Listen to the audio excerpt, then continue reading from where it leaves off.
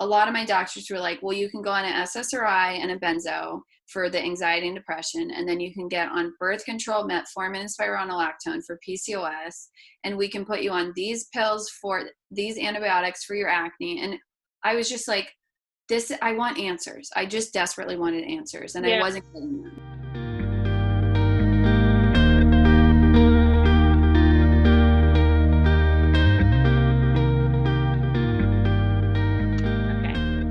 Great. So hello, thank you all for who's watching. I'm Chelsea, the CEO and founder of Gritwell, and this is our Empowered By series. So if you haven't watched it, we are really sharing stories of those who have gone through more modern chronic conditions. So anything from insomnia, digestive issues, anxiety, to autoimmune diseases, but able to, really heal them themselves, or weren't able to find the solution through the one pill equals one symptom model. So really we have Maddie here today, who we're excited to have, who's going to share her story and really her struggle through a lot of different health issues, where she had seen 30 specialists, hospitalizations, surgeries.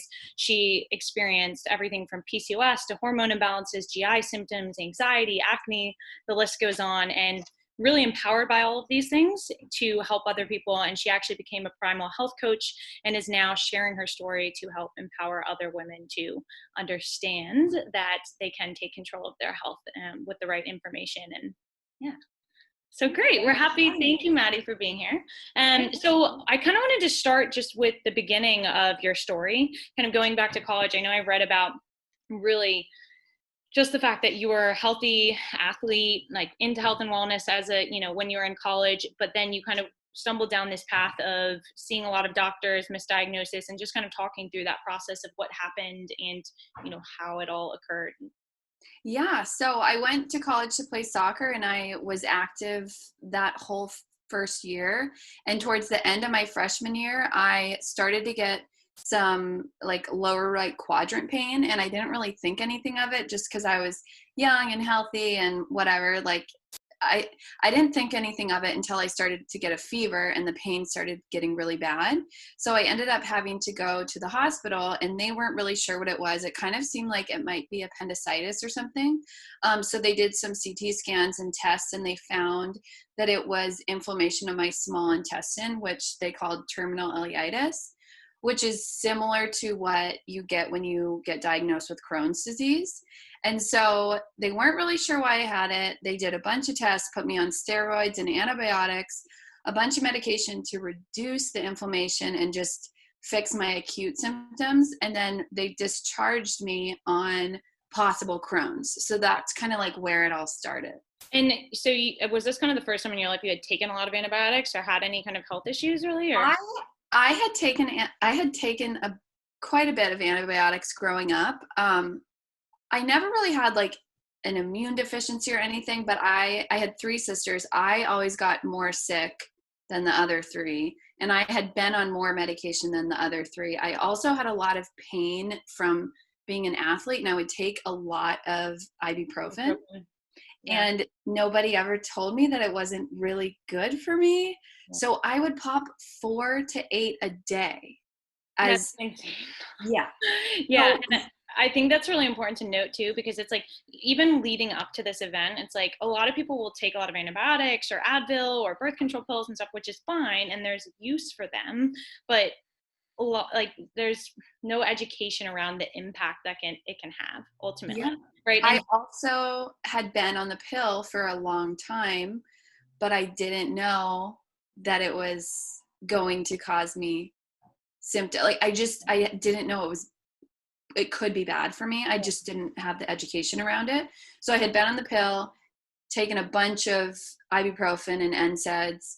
I had been on a lot of antibiotics for strep throat. I had like bacterial infections and stuff that they just kind of gave me antibiotics for. Yeah.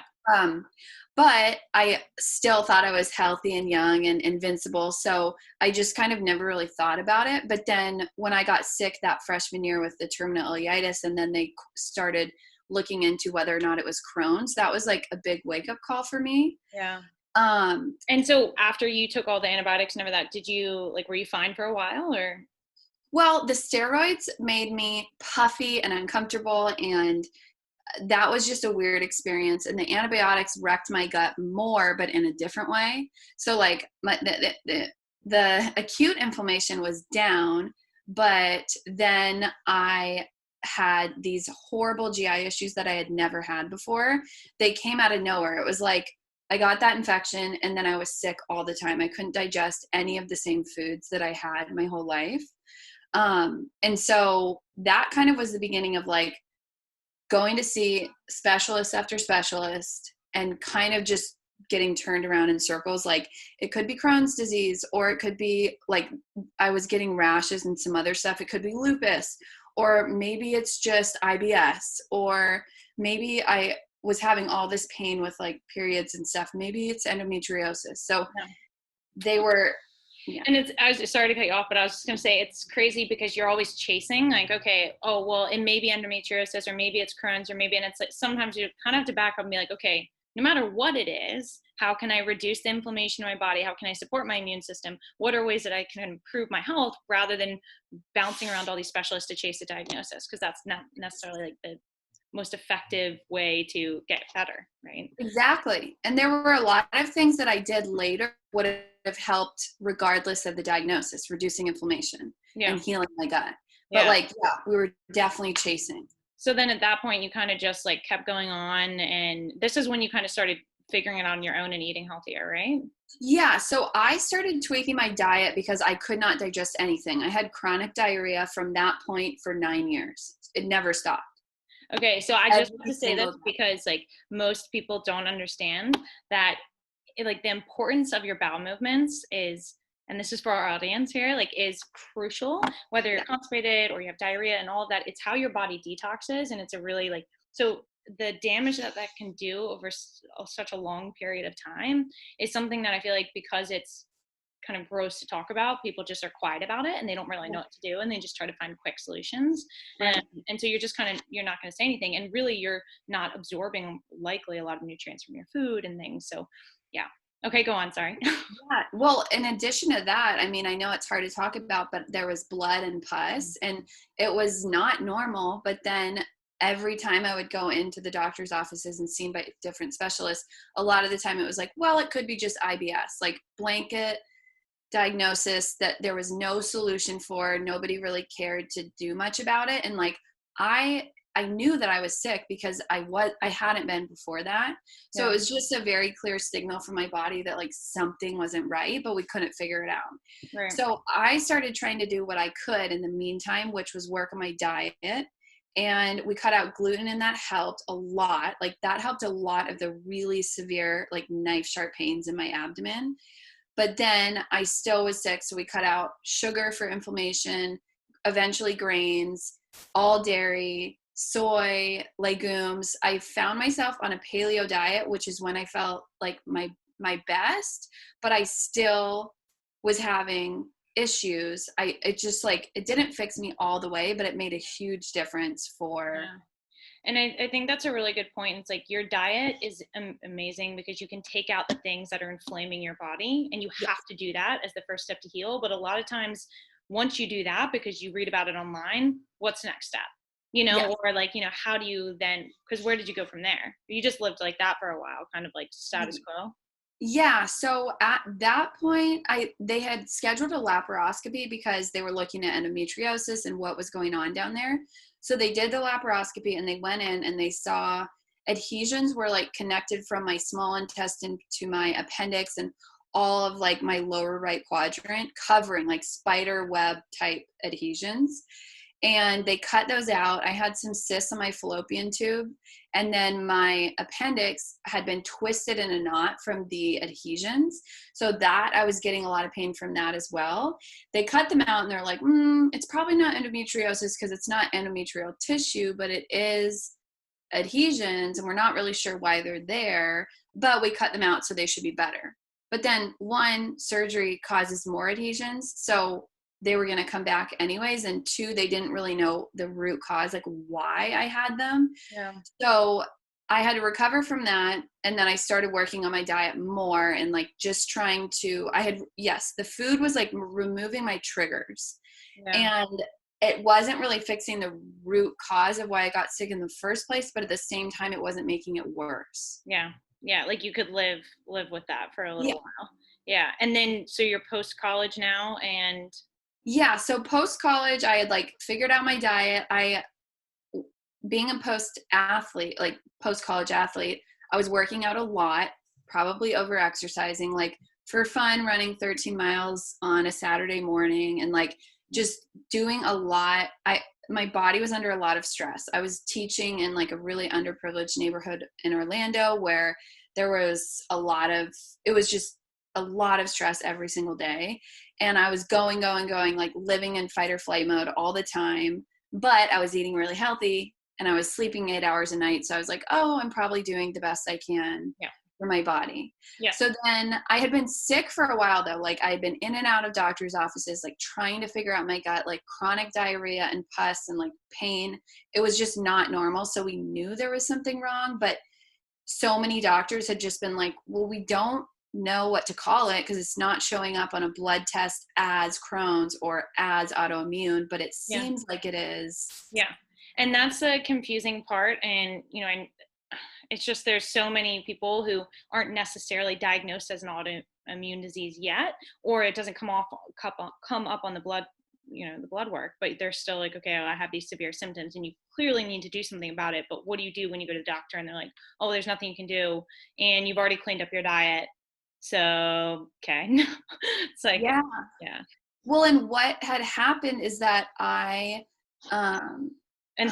and this was like your next when, right before you kind of had the big trigger event kind of in the car, right? That this was like all leading up to that. Yeah. So my terminal ileitis was in 2011 and then my brain abscess happened in 2016. So like those 4 or 5 years, I had been working on my gut, trying to figure everything out, going to every doctor I could to just find answers, Eastern and Western medicine and everything in between. And then I had kind of just gotten comfortable with a healthy diet and like I was working out a lot. I was working all the time. And then it was like another big wake up call for me. So that was the summer after my second year teaching. I was 24 and I had been having a little bit of neck pain, but I didn't really think anything of it. I thought it was from like lifting weights or something. And I scheduled a massage just to work on the pain because I was uncomfortable. But that was my only symptom at the time. And so I drove to the massage and I pull into the parking spot to go into the massage. And I completely had no idea how to get out of my car. I couldn't turn the ignition. I couldn't get my keys out. I couldn't put my hand to the handle of the door. And I was just sitting there like kind of lost and like, why aren't my hands moving when I'm like, I was thinking what I should be doing, but I couldn't get my hands to do what my brain was telling them to do. And I was very disoriented. I almost felt drunk and it just was a really weird situation. And were you just like, oh, okay, I must just be tired or like I might be dehydrated or something and just Yeah, it was like 105 degrees in July in Florida.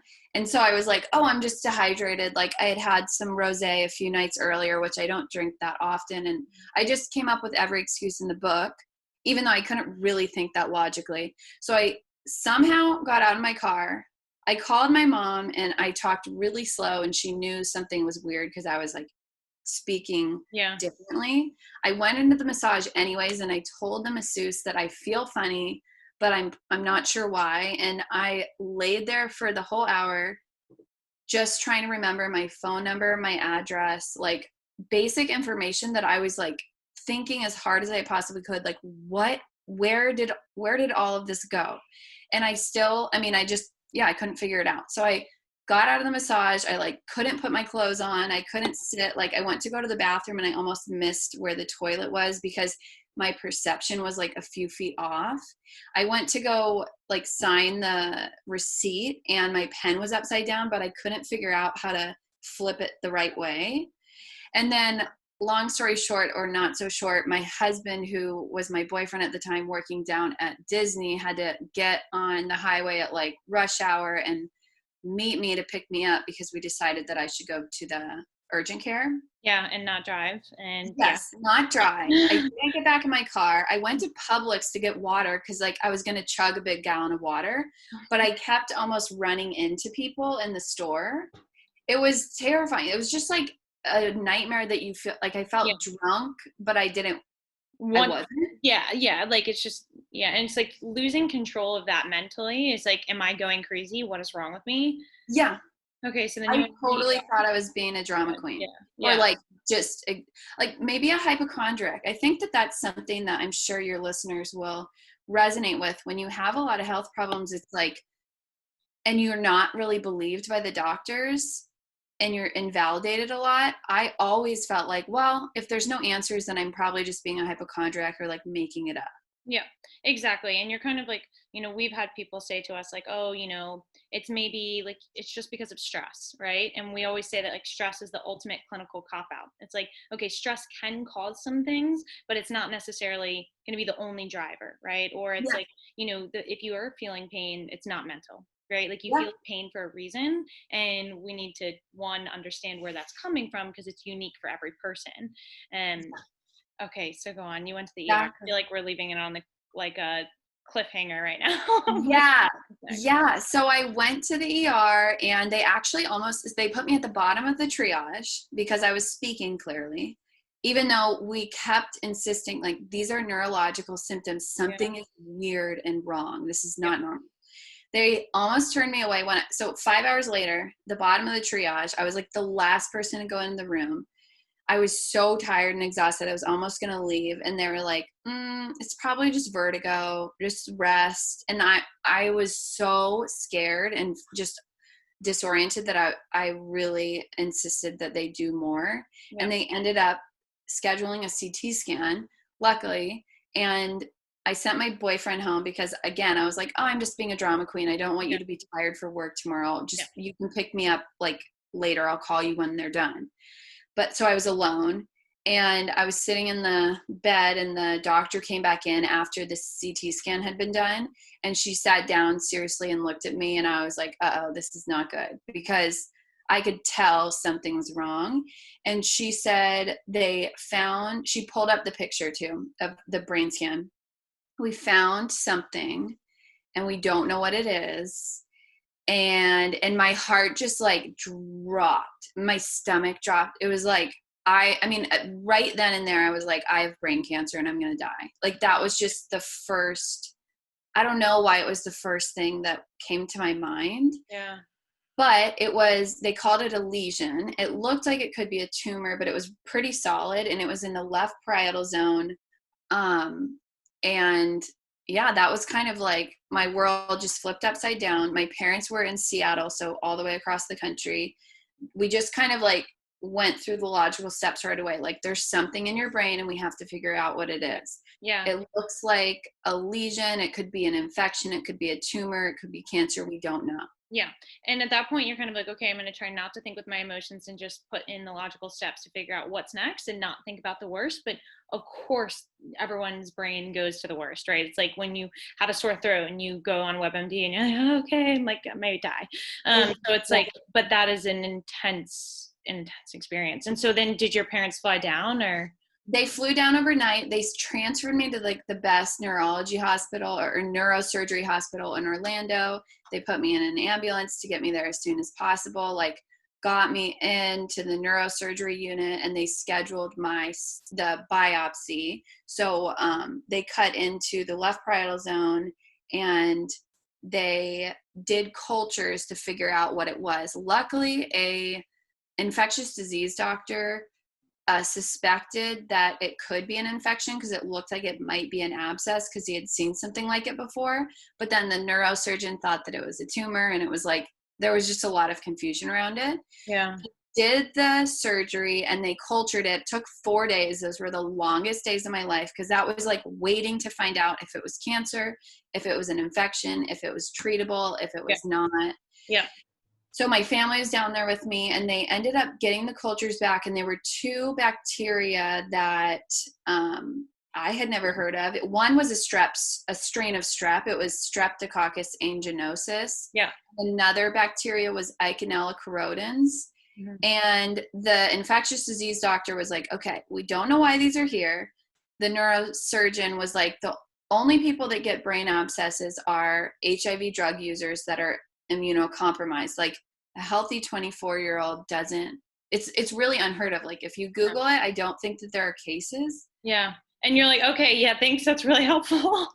Yeah. And I was like, well, I'm not an HIV drug Yeah. user. Like, and on paper, I still didn't look immune compromised, although they were sure that I was, because my blood brain barrier should have kept infection out. Like a healthy person, our blood brain barrier keeps infection out of our brains because our brains are precious. We don't have room for infections up there. But what had happened is somehow an infection got through, and then all the white blood cells and pus came around that infection and localized and made it like this mass that if we hadn't caught would have been really bad. I mean, there could have been a lot of, like, if it had just been a day or two later, it probably would have been much worse. Really? Wow. And like the fact that you pushed for the CT scan too, I think that's another thing for listeners is to say, like, listen, if you really feel that something's not right, push to get the testing done, because guess what? Best case scenario, it's nothing, and hopefully your insurance covers it, but at least you've ruled out certain things. And I think like an important thing, and as we go on with this story, like for most people to realize is just because you have chronic symptoms or something doesn't necessarily mean that you're going to have a brain abscess, right? So this isn't to scare anyone. Like Maddie's had a very crazy story, which I think will empower many people. But just the learning from the fact that a lot of what you go through early on, like even the digestive issues and all that, is really important to pay attention to, because obviously we can't say like this is direct causation, but we know that there likely is correlation between all of these things, right? So it's important to pay attention to them. Yeah, I think that that's what I learned. I mean, I have learned a lot, but advocating for yourself is one of the most important things you could ever do for your health, because so many times I felt like giving up and walking away and saying, fine, okay, nothing's wrong with me. But I probably would have died if that was the case. So like, I just learned you have to be assertive. Like doctors are smart and they know what they're doing in terms of like their narrow specialty, but you know your body best. So yeah, exactly. I love that. And so I guess then thereafter you knew what it was, so then you had to get surgery, right? yeah, so they did the surgery. They found out what the bacteria was. They put me on a PICC line of antibiotics to target. It was basically just an intense amount of antibiotics for 3.5 months, going from my arm straight to my heart. So like the strongest way that they could get those antibiotics to my brain.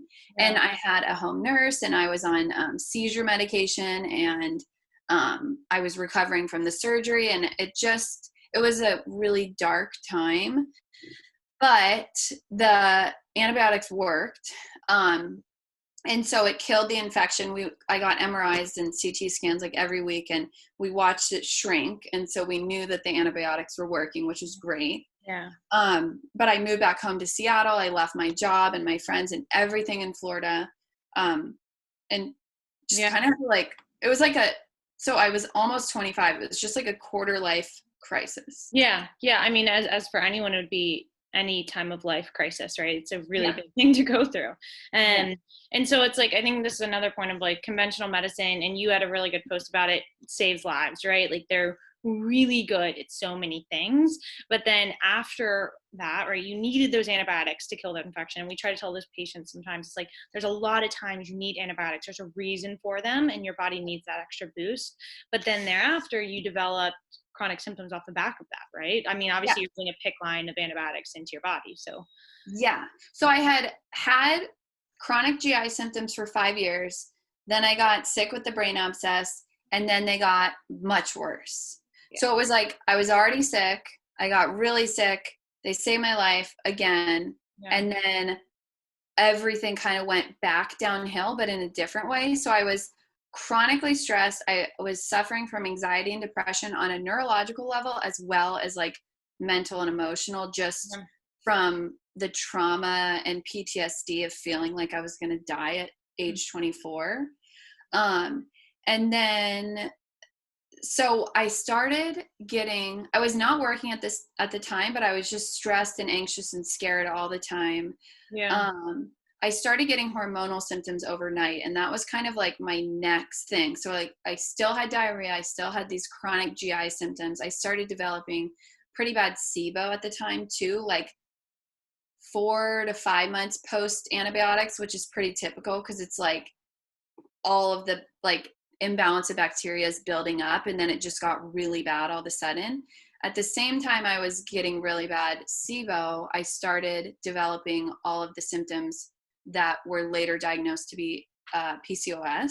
Mm-hmm. So overnight I started sweating through my clothes, night sweats, like 3 to 4 changes of clothes per night, soaking wet. I got cystic acne covering my jawline, all over my face, all over my chest and my back. I gained like 10 pounds of, it wasn't like I ate too much and I just gained, it was this weird puffy hormonal weight around my abdomen. Water weight. Yeah. And inflammation. I looked sick. So like the color in my face was gone. I just looked ill. Yeah. But it was different because it was like I had been better and I recovered from the brain abscess. But so my anxiety got really bad at that time with all the hormonal shifts. I was having panic attacks and it felt like my heart was beating out of my chest. I could not sleep. So what would happen is I would like go to sleep at 10 and then I would go in and out, and like from 2 a.m. on, I couldn't sleep. My blood sugar was crazy. I was hungry all the time, even though I was eating all the time. Yeah. I was eating healthy foods, but like there were blood sugar issues going on. So there was a lot in terms of the PCOS, SIBO, anxiety, and depression. Well, I mean, that's a ton, right? Because you're dealing with the digestive issues, but we always say with sleep, like your body needs to sleep, right? Like that is something that is really painful because that's when your body rests. That's when your body recovers from everything. And people know that, but like not to the extent of how important it is even for your immune system to regenerate.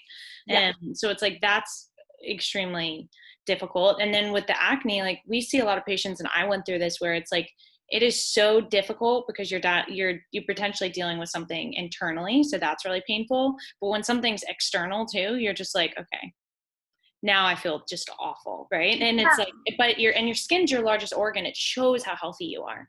Yeah. And it's complicated. Yeah. It is. And I was so insecure, but like, yeah. So internally and externally, I felt and I looked sick.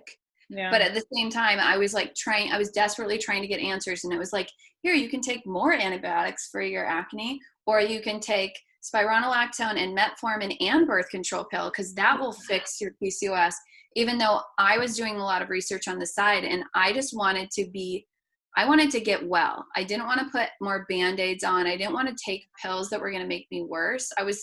My doctors wanted, like, there are a time and a place. I had to be on anti-anxiety medicine for a while after the surgery, but I knew that I didn't want to be on it for the rest of my life. So like a lot of my doctors were like, well, you can go on an SSRI and a benzo for the anxiety and depression, and then you can get on birth control, metformin and spironolactone for PCOS, and we can put you on these pills for these antibiotics for your acne. And I was just like, I want answers. I just desperately wanted answers, and I wasn't getting them. Yeah. And I think it's kind of what I said in the beginning, where I brushed over, but the one symptom equals one pill model of like, listen, sometimes you do need the anxiety or the depression medication, and that is fine. And, every person is unique, or you need the birth control pills, right? But sometimes when you know your body and you're like, okay, I don't actually want to take a pill for the PCOS, a pill for the anxiety, a pill for, because really, what is the root cause? Like, why is my body not healing? And are you saying this is what I have to do for the rest of my life? And so empowering you to understand why you have these things. I really wanted to know the why. And so then did you find a specific doctor, or like? So at that point I was like reading tons of books and doing a lot of research on the why. I was like, why do you get PCOS? I knew that I had been so stressed that I was in fight or flight mode for so many months. I could tell that like the elevated stress and the adrenals and everything, it was just like I had come to a point and then completely crashed. Yeah. Because I basically couldn't even walk up the stairs. I had no energy. I knew that there was some, like with my central nervous system, it was like I was in such overdrive for so long that I could tell that there was just this, literally one day it was like, I'm done. It couldn't keep going at that pace anymore. So I was doing research, I was reading books, I was listening to podcasts, I was looking for functional medicine doctors and naturopaths and trying to find like Eastern medicine to kind of like complement what I was doing with Western conventional medicine. So a few things that like really, really, really helped all of my symptoms were balancing my blood sugar, because I had a huge blood sugar imbalance. Although conventional labs weren't really catching it, they were in a little way, but like, this isn't too big of a problem. But I could tell because I was hangry all the time. I was eating and I would never get full. I would wake up at 2 a.m. on the dot, which is like when my blood sugar would crash again.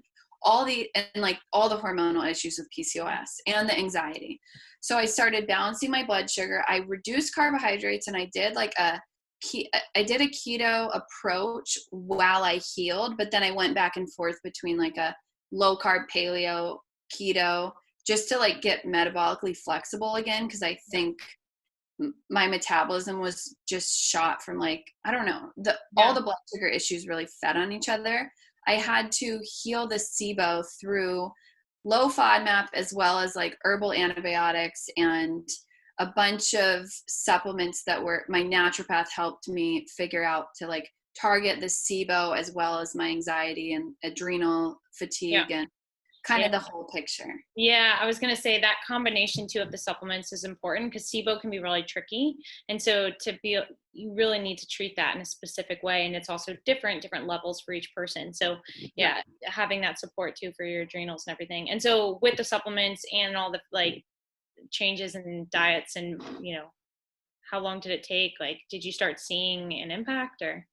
Yeah. So, I mean, when you have SIBO and you go low FODMAP, you get pretty immediate relief, but like I got down to eating 7 foods and I couldn't eat anything outside of those foods without looking and feeling 9 months pregnant, having like chronic diarrhea that was worse than it had been in the first place, feeling so uncomfortable all the time, like not absorbing any nutrients. So I was extremely low energy. My acne, like you could just tell everything was off balance, but like everything was feeding off each other. So yes, I like the combination of the supplements, lifestyle changes in terms of like reducing stress, like just slowing down, focusing on sleep, balancing my blood sugar, kind of working on the whole picture. Because before I was like, diet is like, I'm doing the right diet, but then I was chronically exercising and like chronically stressed.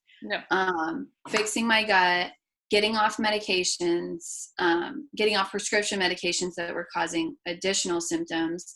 I also had to permanently get off the birth control pill during the time of my surgery when I had the brain abscess. And I knew that with my hormonal imbalances from PCOS that I wasn't ever, for myself, it's different for everybody, of course, I was not going to go back on the pill because I knew that my hormones would react in a similar way when I wanted to get off of it again. Yeah, exactly. And but going back to when you were eating 7 foods, how did you work up to being able to tolerate more foods than that? Yeah, so I took the herbal antibiotics and a bunch of I was on berberine and motility agents and kind of like a SIBO protocol. And then I also had to do some things like not necessarily intermittent fasting, but circadian fasting, so that I always had 12 hours from dinner to breakfast to give my body a chance to rest and repair and give my digestive system a break, as well as I started having 4 to 6 hours between. I stopped snacking because I was there were some tips for SIBO that really helped me, that when I was disrupting the digestive process and snacking in between, every couple of hours, I was feeding the bacteria in my small intestine that were fermenting, and it was this vicious cycle. So I kind of worked a little bit with intermittent fasting, low FODMAP, just low fermentable foods, as well as the herbal antibiotics and supplements to kind of target the SIBO, and then start introducing foods back in a little bit at a time and small amounts, and then kind of working up from there. Yeah. Okay, so the reason I asked that is, and one, this may, like, your solution may seem really overwhelming for people because they're like, okay, you said like 7 things, and how do I do this myself? And I think the one important thing for listeners to understand too is it's different for every single person. And obviously, it's really tough to figure out if you can only eat 7 foods, what happens. And we actually do see a lot of people who lose this oral tolerance, it's called, where it's like you start developing all these food allergies where you're like, okay, now I only have 7 foods I don't react to. And just knowing that there is a solution for that, and Yeah. you do have to heal things so that you can then work your way back up to reintroducing these foods. Yeah. Because we've heard people who it's like goes all the way down to 2 foods where that it feels like the only thing they can eat, right? Right. And I had a similar experience where it's like, okay, what is going to be left for me to eat after this? Yeah. So yeah, interesting. Okay, so great. Then you started feeling better. And Yeah, so I started gaining my energy back. My bloating had been reduced. My digestion started regulating. I was finally able to find a probiotic that worked for me and didn't trigger my SIBO, which was really hard to find. yeah, Like a soil-based probiotic that didn't have prebiotics that had been fueling the SIBO. yeah, My central nervous system had calmed down, and I was just in a calmer state so that my PCOS could heal. Honestly, it sounds and seems really overwhelming, but what really made the biggest difference is slowing down, trying to just calm my nervous system down because I had been in overdrive for so long, and eating foods that fueled me and made me feel good. mhm, And I kind of had to learn, I know that people might resonate. I was in so much fear all the time. I had to get out of that fear mode. I was scared of food. I was scared of face lotions because it would make my acne worse. I was scared of anything that would make my PCOS worse. I had lost my period for a long time. I had no libido. Everything scared me because I thought it was just going to make my problems worse. So I also worked with a therapist at that time just to work through the PTSD and everything, because yeah. I think people that go through chronic, mysterious, or diagnosed health problems, it's there's a lot of emotions that come behind it. And so I had to work through that just to move forward. Yeah, But I no, started feeling better and more energetic, and my blood sugar was balanced, and I wasn't hungry as often, and I was digesting foods again, and I was going to the bathroom like a normal, how I was supposed to. yeah, And yeah, my acne started going away. It was it just kind of all started to calm down and fall into place. yeah. No, it's an amazing point because, we see this a lot, and that, you have to think about it all together holistically. Of the emotional side of it is a huge aspect. And a lot of that, you don't realize, you're like, oh, a lot of times you're like, oh, I'm not stressed. And then when you really think about it, we're you have kind of an unconscious stress on your body if you're thinking about certain things. And so really giving yourself the credit, and without being cliche, but really appreciating everything that you've been through and coming to grips with it. And yeah, like you said, slowing down. So I think Yeah. that's a great point. um, Yeah. and so now you then started your health coaching career. Yeah. So I just I had felt so bad for so long. And then all of a sudden I was like, oh my gosh, I feel amazing. I had all my energy back. I had all my enthusiasm for life and stamina back. My skin was clear. My body felt good physically. I felt strong. I was lifting weights again. I could sleep all night. I wasn't having cravings. I could go 6 hours before I needed to eat again. And I just knew that everything had kind of regulated, and I felt the best I had ever felt. And I felt so passionate about the times that the dark times that I had been in, and feeling Yeah, so sick and alone and afraid, that I just wanted to help people get out of that quicker, because it felt like it took me a really long time and it didn't seem necessary. yeah, If I had had a little bit more guidance, I think I could have gotten out of it quicker. So I had always been really into health and wellness, but I was just you know what? I want to do this. I love helping people. I was always helping friends and family and people I worked with. And then I was I just need to make something of this. So I started my health coaching certification. I started building my website. I bought my LLC. I kind of put myself out there on Instagram, because health coaching is kind of a newer market, I guess, growing. And I was just really interested in it. And I was I'm going to go for it and see what happens. yeah. No, and I commend you for doing that. And I think it's also hard to share your personal story. Like, it's not necessarily easy to put it online. You're like, okay, listen, like there's some things, like, not everyone wants their life online, but when you know it's benefiting other people and it's also for your career, and you know that obviously sharing this story empowers others, is, it makes it all worth it. So I think that, Yeah, I had resonated a lot when I was really sick and alone and scared and just struggling from reading other people's stories and finding people on Instagram and stuff that I resonated with. It just made me feel less alone and more encouraged. And so I kind of was just like, you know what, if this helps one person, then it's worth it. So I yeah, just did it. And yeah. yeah, I actually have a quote here that I love that you wrote, which was, "Life is too short to feel sick and scared all the time. I don't want anyone to have to experience their health journey alone and without direction. I've been inspired and amazed by so many stories I've read, listened to, and heard about. So I'm hoping that someone benefits from hearing mine." So yeah, exactly. exactly like that. And I was like, oh, she's awesome. So I Thank think you. that's fantastic.